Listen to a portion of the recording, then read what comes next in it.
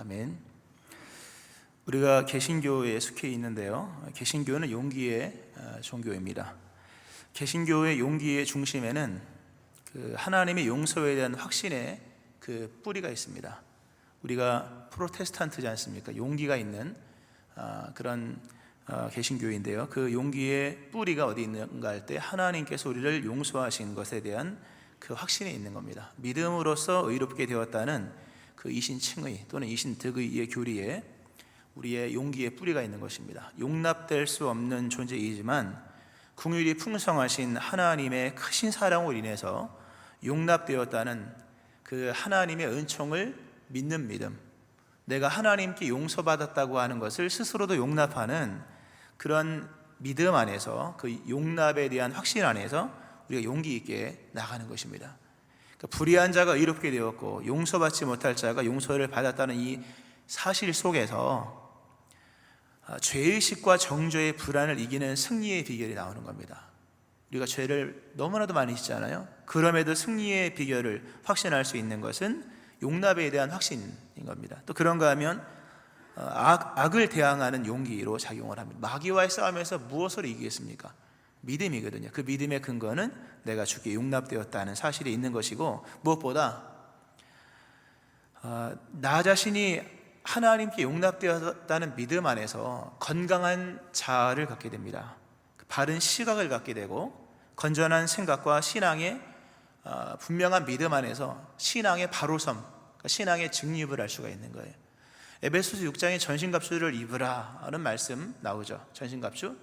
전신갑주를 취하고 난 이후에 결국 바로 서야 된다. 모든 일을 행한 후에 바로 서기 위함이라. 그러니까 신앙은 신앙적인 증립을 할 때 거기서 행보가 일어나게 되는 것이고 거기서 열매가 일어나는 겁니다. 쓰러져 있고 앉아 있고 주저앉아 있으면 열매가 맺을 수가 없는 것인데, 이렇게 건강한 자아상을 그리스도 예수의 은총 아래서 확신하게 될 때 거기서 시각과 생각과 바른 증립을 하게 돼서 모든 일을 행한 후에 서기 위함이라, 바로 서서 믿음 생활이 이어지게 되는 겁니다. 결국 이렇게 되면서 보세요, 건강한 신앙적인 자아를 가진 그런 모습 속에서 드디어 좋은 열매를 맺게 되는 겁니다. 좋은 열매는 좋은 나무만이 맺을 수가 있는 거예요. 좋은 나무가 아닌 이상은, 아니고서는 좋은 열매를 맺을 수가 없는 겁니다. 그러니까 건강한 신앙적 자아가 있을 때에 비로소 좋은 열매를 맺게 되는 것인데, 그 건강한 신앙의 열매를 맺기 위한 그 뿌리를 어디에 두느냐 할 때 나에게 두는 것이 아니라 그분께 두는 겁니다. 신앙에는 뿌리가 있는 것, 믿음은 식물과 같습니다. 그러니까 시편 1편에 보면 시냇가에 심은 나무로 얘기하지 않습니까? 뿌리를 어디에 두고 있느냐, 나의 존재에 대한 인식의 뿌리를 나보다 더 강하신 분, 나보다 더 의로우신, 나보다 더 온전하신 그분 하나님께 뿌리를 둘 때 그 뿌리에서 내가 오늘 맺을 수 없는 열매를 맺는 겁니다. 우리가 신앙의 열매를 맺자 이런 얘기를 많이 합니다만, 정확히 얘기하면 신앙의 열매라고 하는 것은 초월적인 겁니다. 인간의 힘으로 맺을 수 없는 게 신앙의 열매입니다. 사랑이라 화평 오래 참음 자비 양성 충성 온유 성령의 9가지 열매를 사람이 맺는 겁니까 여러분? 그건 성령께서 맺게 하시는 성령의 열매인 거예요. 나로서는 맺을 수 없는 열매를 맺을 수 있는 비결은 나의 모든 것의 뿌리를 그분의 은혜에 둘 때, 은혜에 뿌리 박을 때 비로소 그 은혜가 오늘 내가 맺을 수 없는 선한 열매, 좋은 열매, 의의 열매를 맺게 하는 거예요. 그러니까 은혜, 모든 신앙적 열매는 인간의 행위와 공로로 맺어지는 게 절대 아닙니다. 초월적인 열매인 거예요. 그분이 맺게 하시는 열매. 그러기 위해서는 말씀드린 것처럼 하나님의 가장 큰 은혜를 내가 확신하고 거기에 뿌리를 두는 거예요. 거기서 용기와 열매가 맺어지는 겁니다. 참 중요한 말씀이죠. 오늘날 많은 사람들이 자녀에게나 또는 스스로에게나 또는 공동체 안에서 좋은 어떤 인간을 만들고 좋은 인재를 만들기 위해서 애를 씁니다. 교육을 하고 훈련도 하고 또 기술을 가르쳐주고 또 여러 가지 능력을 개선시키기 위해서 여러 가지 애를 씁니다만 좋습니다. 그러나 교육만으로는 좋은 인간을 만들 수 없습니다. 훈련만으로도 좋은 인간을 만들 수가 없습니다. 물론 필요한 것들이지만 충분하지 않습니다. 우리에게 필요한 것은 교육, 기술, 능력 개선이나 조기 교육 또는 훈련 다 좋습니다. 그러나 용서가 있어야 됩니다. 용서를 해 주어야만 좋은 사람이 될 수 있습니다. 인간은 연약한 존재이며 인간은 본질상 진노의 자녀입니다. 용서 없이는 훈련 갖고 되는 것이 아니에요. 용서를 해 주어야 하고 또 우리 스스로는 용서받았다는 사실을 알아야 되고 용서받은 기억이 있는 사람이 되어야 하는 겁니다. 한 번 더 기회를 주는 거예요. 한 번 더 용서를 해주는 겁니다.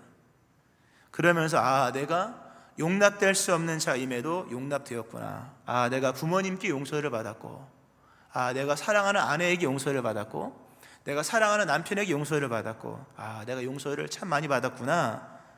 내가 참 큰 은혜를 받았구나. 이것을 알 때 드디어 사람이 겸손하게 되고 진실한 사람이 되어서 모든 상황을 포용할 수 있는 큰 그릇이 되어지는 거예요. 용서받은 만큼 용서하는 거거든요. 용서받은 기억이 있는 사람이 다른 사람을 만들 수가 있는 거예요. 이게 리더예요. 이런 용서의 은혜가 우리 인생에서 참 중요하다고 하는 겁니다. 하나님의 크신 은총 가운데 우리의 모든 허물과 죄악들 다 용서받은 거예요. 이것이 여러분 안에 믿어지기 바라고 용납되었다고 하는 이 자기 존재에 대한 분명한 신앙 인식 속에서 오늘 새로운 용기와 특별히 더 나아가서 다른 사람도 용서할 수 있는 그 은혜가 임하기를 주의 이름으로 축원합니다. 오늘 본문의 말씀 참 깊은 말씀이죠. 용서에 대한 말씀을 본문이 예수님께서 본문을 통해 우리에게 해주시는데요. 내용은 이런 겁니다. 베드로가 뜬금없이 예수님께 물어봅니다. 아마 다 이유가 있었던 것으로 여겨집니다만 예수님, 형제가 내게 죄를 지으면 내가 몇 번 용서해 줘야 됩니까? 7번까지 용서하면 되겠습니까? 당시 유대 일반적 개념에서 3번까지는 용서해 줘라. 사람들은 3이라는 숫자를 좋아하는 것 같아요. 그러니까 베드로가 일반적으로 3번 용서하라고 했으니까 곱하기 2를 한 다음에 플러스 1을 한 것 같아요. 그래서 7번이면 되겠습니까? 라고 했더니 예수님께서 7번뿐만 아니라 7번은 70번까지라도 용서해 줘야 된다. 그러니까 490번이죠. 490번이라는 숫자가 아니라 무한대로 용서해 줘야 된다 라는 말씀을 하시면서 예수님께서 어떤 계시적인 얘기를 하십니다. 천국 얘기를 해주십니다. 흔한 얘기가 아니라 천국에 관한 얘기를 하시면서 천국은 그 종들과 결산하려 하던 어떤 임금과 같으니 잘 들어봐라. 천국은 바로 이런 임금과 같은 것이다 하면서 비유를 얘기하는데 그 비유가 참 재밌죠. 어떤 종이 임금한테 빚을 졌습니다. 얼마나 큰 빚이냐 할 때 1만 달란트의 빚을 졌습니다. 1만 달란트가 얼마나 큰 돈이냐 할 때 당시 기준으로 순금 정금 99.9%의 그 24K인가요? 1달란트가 34kg입니다. 금 34kg. 엄청나죠? 금 1kg가 지금 얼마인지 아십니까? 8천 몇백만 원이 들어가셔 보니까. 근데 이게 34kg가 한 달란트예요. 이거 얼마나 큰 돈입니까? 근데 이게 1만 달란트인 거예요. 그러니까 1만 달란트는 금 340톤입니다. 340톤 본 적도 없을걸요? 영화에서는 좀 나오더라고요. 금. 아마 한국은행에도 이만큼의 돈이 있을까 싶어요. 미국엔 있겠죠. 가면 큰 돈입니다. 1만 명이 20년을 벌어야 하는 큰 금액입니다. 만약 일당을 10만 원으로 환산하면 6조고요 20만 원으로 일당을 잡으면 12조입니다. 근데 이게 오늘날로 치면 12조 하니까 인식이 되는 금액이지만 당시의 화폐 가치로는요 이건 상상할 수 없는 금액입니다. 당시 유대 전역에서 그러니까 세금을 걷는 세입 금액이 800달란트밖에 안 됐다고 합니다. 유대 전체에서 거두는 세입이자 세수 예산이 800달란트밖에 안 됐다고 하니까 1만 달란트면 어마어마한 거예요. 이걸 개인이 진 겁니다. 빚을 진 겁니다. 갚을 길이 없는 거예요. 당연하죠. 못 갚죠. 왕이 갚으라고 얘기합니다. 너의 몸도 팔고 너의 부인도 팔고 너의 자식도 팔고 집도 팔고 다 팔고 너의 대대손손 빚 갚아라. 이 사람이 너무 두렵고 스스로가 너무 처량하고 참으셔서 주인님 제가 갚겠습니다. 근데 그 모습을 보고 임금이 불쌍히 여기는 마음이 있는 거예요. 참 불쌍하다. 그래서 알았다. 갚지 말아라. 내가 용서해 줄게. 탕감해 줄게. 1만 달란트를 탕감해 주었어요. 이것처럼 멋있는 장면이 또 있을까 싶어요. 이게 그리스도 예수 안에서 하나님 우리의 죄를 얼만큼 용서해 주셨는가를 보여주는 거예요. 갚을 길 없는 것을 용서해 주신 거예요. 1만 달란트, 10,000명이 20년을 벌어야 될 돈을 빚진 사람을 용서해 준 겁니다. 참 기쁜 이야기죠. 근데 이 이야기는요 반전으로 끝납니다. 이렇게 행복한 이야기가 이어지는데 안타까운 이야기가 등장하죠. 이 사람이 탕감받은 이 사람이 집으로 가서 자신한테 100데나리온 빚진 자를 잡아옵니다. 100데나리온이면요 1데나리온이 하루 품삯이니까 3개월치 임금인 거예요. 뭐 일당 10만 원 하면 1000만 원 되는 것이고, 뭐 일당 20만 원 잡으면 2천만 원 되겠죠. 이것은 갚을 수 있는 범위 안에의 돈이지 않습니까? 2천만 원, 3천만 원은 어쨌든 힘을 쓰면 갚을 수 있는 금액이지 않습니까? 데려다가 갚으라고 합니다. 당장 못 갚으니까 감옥에 쳐넣으라고 합니다. 이 사람이 제발 좀 불쌍히 여겨달라, 참으소서 갚겠나이다. 근데 안 봐주죠. 감옥에 쳐넣죠. 이것을 옆에서 지켜보던 한 동관이 이 사실을 임금에게 직고를 합니다. 임금이 대노하죠. 다시 불러라 라고 얘기하면서 아주 중요한 말씀을 합니다. 합리적인 얘기를 합니다. 이 악한 종아 라고 말씀을 하면서 네가 나한테 빌기에 내가 너의 빚을 전부 탕감해 주었거늘 내가 너를 불쌍히 여김과 같이 너도 너의 동료를 불쌍히 여김이 마땅하지 아니하냐 하면서 주인이 노하여 그 빚을 다 갚도록 그를 옥졸들에게 넘겨서 감옥에 쳐넣습니다. 아마 이것이 만약에 현실이었다면 대대손 지금까지 아마 감옥에 있어야 될 겁니다. 모든 자손들이. 이 말씀 우리가 참 잘 아는 말씀이죠. 은혜로운 이야기로 시작된 이 은혜의 사건이 참 두려운 이야기로 끝났습니다. 이 비유는 반전이 되었다는 거예요. 이 은혜로운 이야기가 한순간에 무언가의 잘못을 인해서 반전되었다는 거예요. 우리 하나님께서 우리에게 베푸신 은혜의 사건이 한순간의 잘못으로 인해 반전될 수 있다는 경고의 말씀 같은 말씀이죠. 이 얼마나 아름다운 1만 달란트 탕감받았을 때 그 얼마나 기쁨이 충만했겠습니까? 아마 할렐루야 했을 겁니다. 그런데 그 은혜가 다시 소환되어서 감옥으로 들어가는 반전의 이야기로 끝났다고 하는 거예요. 이 초점이 용서라고 하는데 초점을 두고 있다는 것을 아셔야 됩니다. 하나님께서 우리에게 크신 은총을 베풀었습니다. 감당할 수 없는 은혜를, 받을 수 없는 은혜를, 용서하신 은혜, 용서의 은혜를 베푸셨죠. 알아야 할 사실은 우리가 하나님께 받은 큰 은혜는 반드시 새로운 도덕적 의무를 요구한다는 사실입니다. 새로운 도덕적 의무를 요구한다는, 은혜가 요구하는 새로운 도덕적인 윤리가 등장을 한다는 사실을 잊어버리면 안 됩니다. 오늘 설교 제목이 용서받은 자의 윤리예요. 우리 모두는 다 용서받은 자입니다.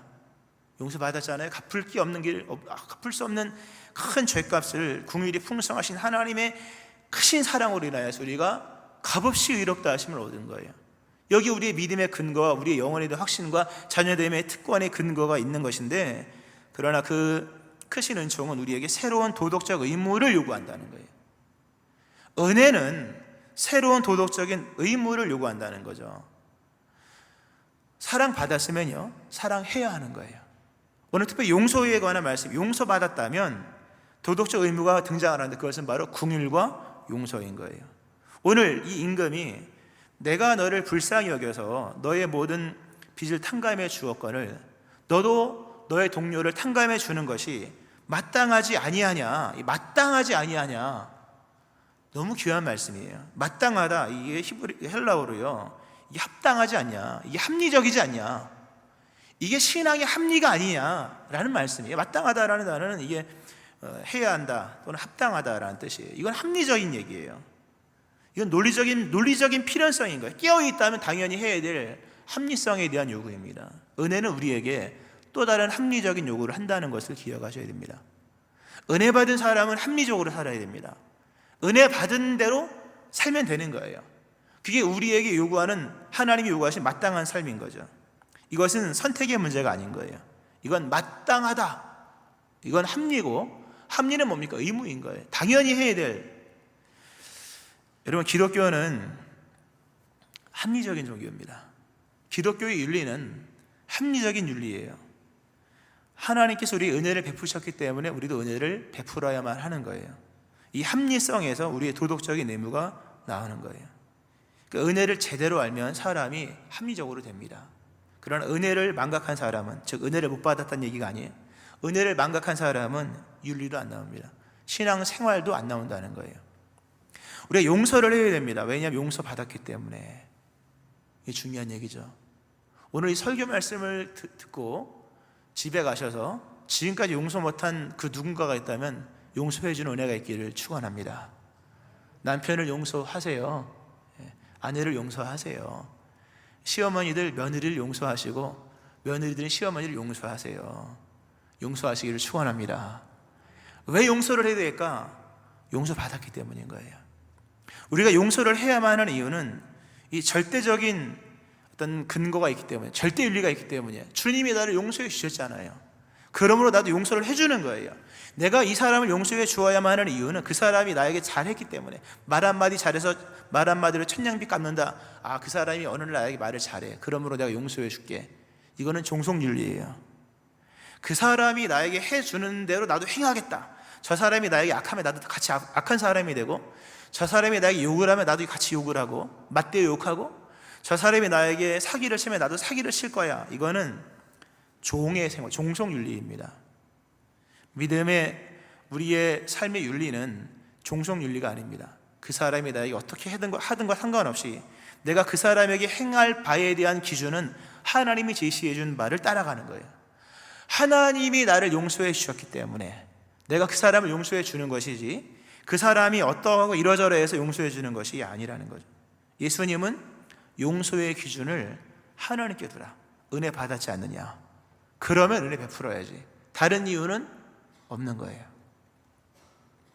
성경은 우리에게 말씀합니다. 서로 친절하게 하며 불쌍히 여기며 서로 용서하기를 하나님이 그리스도 안에서 너희를 용서하심 같이 하라. 하나님이 그리스도 안에서 너희를 용서하심처럼 너희도 하는 거예요. 절대 윤리를 말하는 거예요.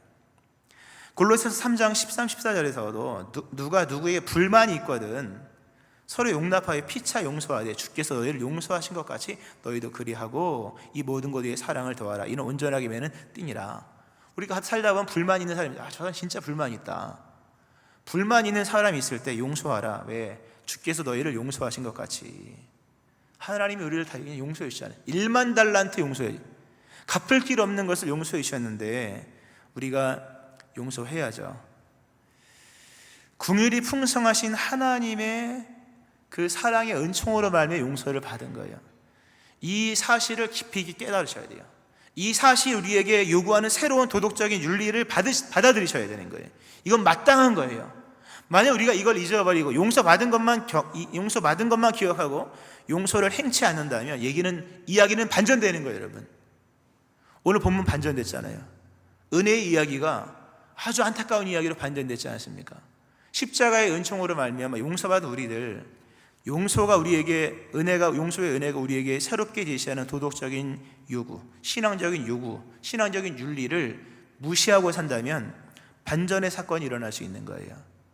특별히 종말적인 부분에서.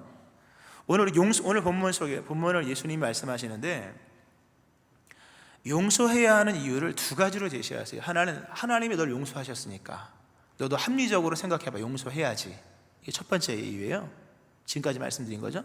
두 번째 이유는요, 심판적인 부분에서 용서가 작용하는 부분이 있기 때문인 거예요.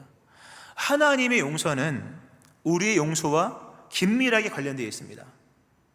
참 이거 율법적인 얘기 같고 복음 아닌 얘기 같은 부분이에요. 하나님이 우리를 용서하시는 그 용서하심이 우리가 다른 사람을 용서하는 것과 긴밀하게 연관되어 있다는 것을 본문이 말씀해 주고 있는 겁니다. 참 중요한 거예요. 특히 마태복음은 이런 부분을 정말 애누리 없이 얘기합니다. 마태복음 6장 14, 15절 말씀에 이런 말씀이 있습니다. 너희가 사람의 잘못을 용서하면 너희 하늘 아버지께서도 너희 잘못을 용서하시려니와 너희가 사람의 잘못을 용서하지 아니하면 너희 아버지께서도 너희의 잘못을 용서하지 아니하시리라. 너희가 사람의 잘못을 용서하지 아니하면 너희 아버지께서도 너희의 잘못을 용서하지 아니하시리라. 우리가 하나님의 자녀가 된 게 용서받아서 된 것인데 용서가 무효가 된다면 모든 게 무너지는 거 아니겠습니까? 이런 엄중한 말씀이 성경에 기록되어 있다는 거예요. 그러니까 쉽게 설명, 은혜 받았으면 은혜 받은 사람처럼 행동을 해야 은혜가 유효하게 된다는 말씀인 겁니다. 야고보서 2장에도 말씀하죠. 너희는 자유의 율법대로 심판을 받을 자처럼 말도 하고 행하기도 하라. 긍휼을 행하지 아니하는 자에게는 긍휼이 없는 심판이 있으리라 라는 말씀. 마지막 날에 심판받는다는 것을 기억을 하셔야 됩니다. 오늘 왜 설교 말씀이 이렇게 갑자기 율법적이냐? 그렇지 않아요. 성경에 나와 있는 말씀을 전달하는 거고 적용하는 겁니다. 마지막 날에 심판받을 자처럼 생각하고 행동하라. 너희들이 행한 모든 것은 마지막 날에 작용한다. 무엇을? 심판에 영향을 준다는 거예요. 내가 행하는 모든 것들은 마지막 날에 심판에 영향을 준다는 거죠. 특별히 용서에 대한 부분이 절대적으로 영향을 끼치는 거예요. 우리는 용서받음으로써 의인 된 것이고 용서받음으로써 하나님의 자녀가 된 거잖아요. 그러므로 우리는 용서하는 삶을 살아야 되는 거예요. 그렇지 않다면 이게 마지막에 작용이 될 수 있다는 얘기입니다. 참 두려운 얘기죠. 정신 차려야 되겠죠. 용서라는 개념은 매우 중요한 얘기예요. 성경에서 보면요, 오늘 이 마태복음 18장인데 이 18장 전체가 그런 주제를 다루고 있어요. 나중에 집에 가서 전체를 읽어보세요.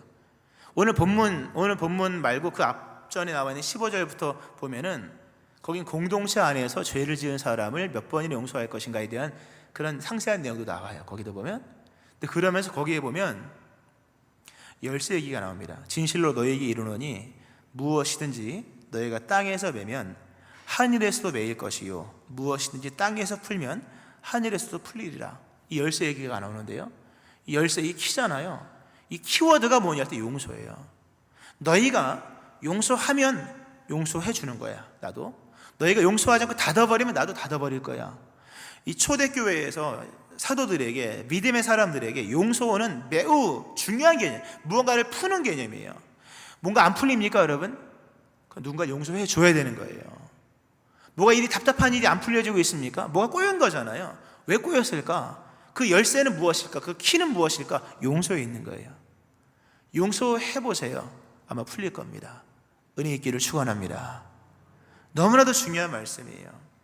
참 이게 오늘 본문에 보면 참 중요한 신학적인 주제가 나와요. 하나님의 용서는 취소될 수 있는가? 하나님의 용서하심은 취소가 될 수 있는 것인가?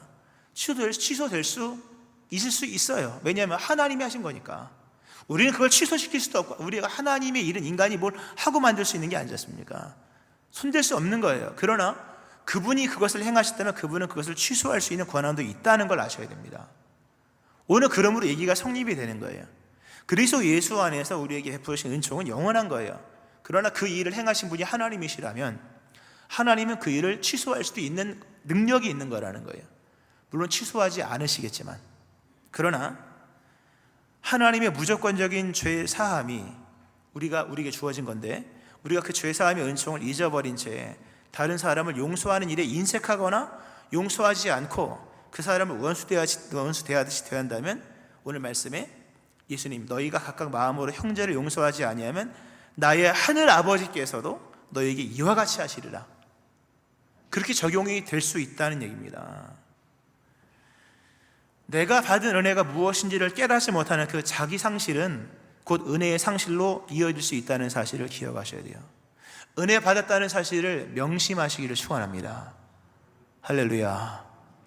은혜 받았다는 사실을 늘 기억을 하셔야 돼요.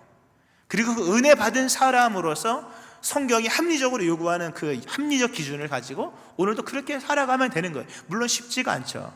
그러나 그런 마음으로 살아가야 되는 거예요. 오늘 본문을 보면 참 재미있는 장면이 나와요. 이 장면이 전반의 장면과 후반의 반전의 장면이 등장을 하잖아요.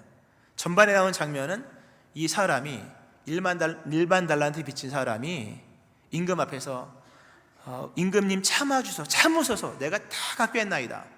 손이 발이 되도록 빌면서 꿇어 엎드려서 눈물로 호소하는 장면이 나오는 거예요.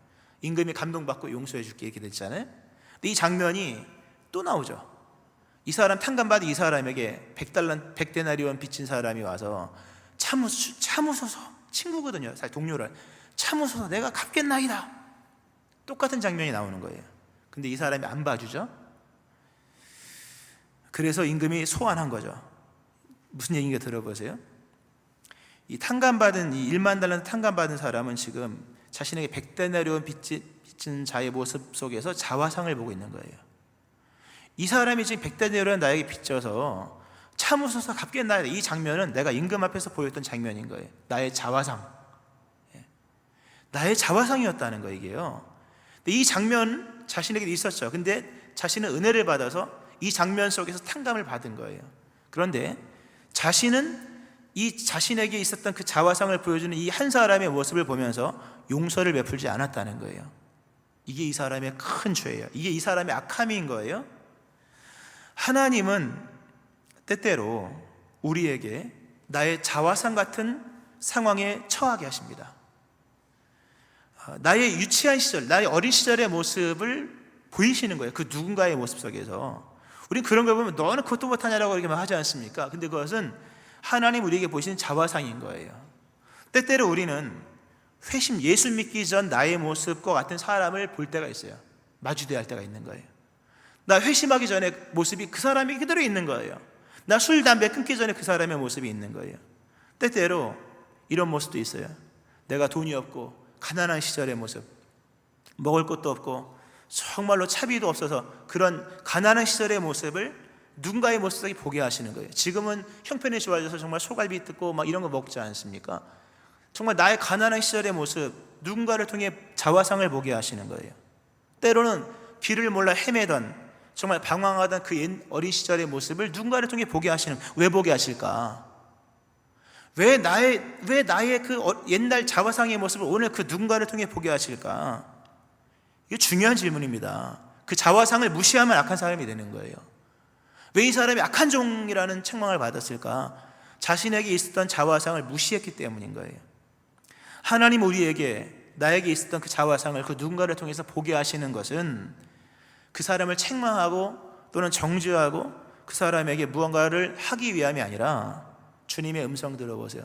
내가 너를 사랑한 것 같이 너도 그를 사랑하라 하심이며, 내가 너를 불쌍히 여겨 용서한 것 같이 너도 그를 불쌍히 여겨서 용서하라 하시는 하나님의 메시지인 거예요. 잘 믿고 깨닫기를 축원합니다. 우리 자화상이 많습니다. 돌아보면 나의 못된 행실을 하고 있는 그 이상한 사람들이 있는 것이고, 내가 예전에 거듭나기 전에 행동했던 행동을 하는 사람들이 있는 거예요. 그거 정죄하면 안 돼요, 여러분. 이 자화상을 마주하게 하시는 하나님의 역사는 나로 그 은총을, 내가 받은 은총, 그 자화상 속에서 받은 한량없는 하나님의 용서하심의 은혜를 오늘 나에게, 그 자화상을 보여주는 그 사람에게 전하게 하시기 위함인 거예요. 우리는 다 은혜로 살고 있는 자들입니다. 믿음은 하나님의 계시에 대한 반응이며 응답입니다. 하나님께서 내게 베푸신 그 사실에 대한 응답이며 반응인 거예요. 하나님께서 내게 베푸신 은총에 기초할 때 우리가 따라가야 될 제자도의 삶은 불합리하지 않다는 사실을 기억하셔야 됩니다. 예수 믿고 불합리한 게 얼마나, 예수 믿으니까 손해보는 거 많죠. 예수 믿으니까 말도 함부로 못하고, 예수 믿으니까 대들지도 못하고, 예수 믿으니까 따지지 못하기 얼마나 많습니까? 불합리하죠. 그러나 하나님께서 그리스도 예수 안에서 내게 베푸신 궁일이 풍성하신 하나님의 그 크신 사랑을 인하여서 내게 베풀어 주신 그 용납의 은혜, 그 계시를 기초할 때 내가 따라가야 될 제자도의 삶은 불합리하지 않다는 것을 기억하셔야 됩니다. 내가 이 사람을 용서하는 것은 불합리한 게 아닌 거예요. 내가 이 사람을 용서하는 것은 손해보는 게 아닌 거예요. 왜? 하나님이 나에게 얼마나 큰 은혜를 베푸셨는가를 생각해 보세요. 이게 불합리한 일인가? 기독교의 윤리는 매우 합리적인 거예요. 우리가 믿음의 삶으로 살아가야 할 모든 순종에, 은혜 받고 난 이후에 도덕적인 의무로 등장하는 모든 것들은 다 매우 아주 정확히 합리적인 윤리인 거예요. 내가 너를 불쌍히 여겼으니 너도 그렇게 하는 것이 마땅하다. 결코 제자도의 삶은 불합리한 삶이 아니라는 것입니다. 여러분, 말씀을 맺으면서요, 이 세상에서 가장 많은 죄를 용서받은 사람이 누굴까? 누가 죄를 가장 많이 용서받았을까? 누구라고 생각하십니까? 우리 남편이요. 아니에요, 여러분. 나 자신이라는 거죠. 세상에서 가장 많은 빚을 탕감받은 사람은 바로 나 자신인 거예요. 그 은혜 속에서 다른 사람을 용서해 주는 거예요. 이게 제자도의 또는 제자됨의 표지입니다. 예수께서 그리스도이심, 메시아이심의 표지가 십자가 대속에 있는, 용서에 있었듯이, 우리를 용서하심이 있었듯이 제자됨의 표시 역시 형제에 대한 무한한 용서에 있다는 것을 기억하셔야 됩니다. 우리는 무가치한 존재였습니다. 그런데 하나님의 그 풍성하신 긍휼과 크신 사랑으로 인하여서 무가치한 우리가 거듭났잖아요, 여러분. 말씀했습니다, 여러분. 성도의 마음의 중심에는 항상 용서받았다는 용납되었다는 그 존재 의식이 있어야 됩니다. 그러므로 용서해야 된다는 믿음의 윤리도 있어야 되는 것입니다. 사랑받았으니 사랑해야 합니다. 용서받았으니 용서해야 합니다. 한량없는, 한계 없는 용서를 받았으니 우리도 한계 없는 용서를 해야 됩니다. 이것은 당연한 것일 뿐 특별한 행위로 설명될 것이 아니라는 사실입니다. 이건 너무나 당연한 거예요. 특별한 행위가 아닙니다. 우리가 다른 것을 몰라도 용서에서만큼은 완전해야 합니다. 우리가 다른 것, 행실, 언행 진짜 힘들어요. 그러나 용서에서만큼은 완전해야 됩니다. 이 큰 은혜가 여러분 가운데 임하기를 주의 이름으로 축원합니다. 아멘. 기도하시겠습니다. 너희가 각각 마음으로부터 형제를 용서하지 아니하면 나의 하늘 아버지께서도 너희에게 이와 같이 하시리라 말씀하신 하나님, 하나님의 크신 은총으로 말미암아 용납될 수 없는 우리들이 용납받은 자가 되었고 용납된 존재가 되었습니다. 이 사실 안에서 우리 개신교회의 용기가 나오는 것이며 오늘도 승리의 힘이 나오는 것인데, 이 은총이 만든 새로운 윤리가 등장한 것임을 기억하면서 이제 탕감받았으니 탕감해 주게 하시고 용서받았으니 용서해 주는 자 되게 하여 주옵소서. 하나님께서 그리스도 예수 안에서 우리에게 보여주신 은총을 기초할 때 우리가 행해야 될 제자도의 삶이 결코 불합리한 것이 아님을 기억하면서 우리가 연약한 것이 수많은 연약함이 있으나 용서에서만큼은 완전한 주의 백성 되게 하여 주옵소서. 예수님 이름으로 기도합니다. 아멘.